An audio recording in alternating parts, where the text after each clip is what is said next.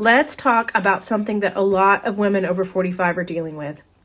It's gas and bloating. It seems to come out of nowhere during perimenopause.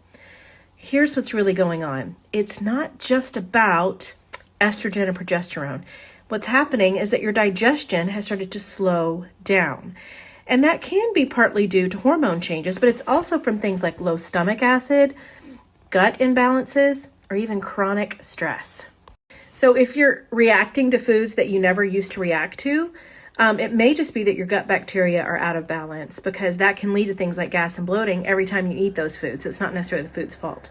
If you're under a lot of stress, that's going to automatically compromise your digestion, because you'll be in a sympathetic dominant state in your nervous system, and you need to be in a parasympathetic state for digestion to happen. So if you're stressed, digestion's automatically kind of messed up. So it's not like your body has just forgotten how to handle things like broccoli or beans. It's just overwhelmed, and it's asking for some support. So as you can see, this is a client's GI map that is definitely going through perimenopause, and she's having a lot of issues with gas and bloating.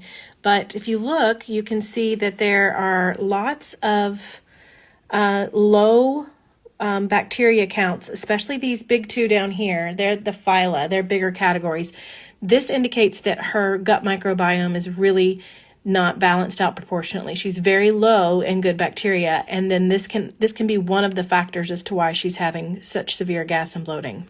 Here's another clip from her GI map. This shows the opportunistic microbes, and it is showing us there's in essence some bacteria that shouldn't be there, and they're elevated. So there's some that are showing up as present that shouldn't be there at all, and there are others that are elevated. And if you look down at the bottom of the picture, you'll see there's two that are listed that are present, but they're actually approaching lab high.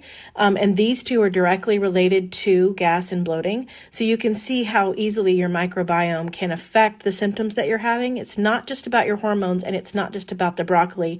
It can be about what's going on in your microbiome. That can all be impacted by things like stress, your diet, and other factors like hormones.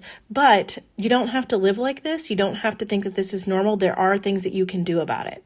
So these clips that I showed you are from a test that I run on practically every client in my practice called a GI map. And it's incredibly informative in terms of giving us information about your digestive function, but also about things like hormones, detoxification, and immune health. So we get to look at the integrity of your immune system as well. You get a ton of information, but what happens is you get a really clear path about what to do.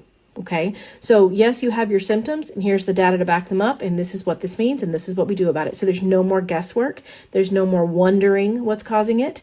And then within weeks, you can feel so much better and be able to eat those foods again. So it's a super effective and efficient way to find out what's going on. I'm going to put a link here for you to click to book a call to see if a GI map might give you the information you need to understand what's causing your symptoms.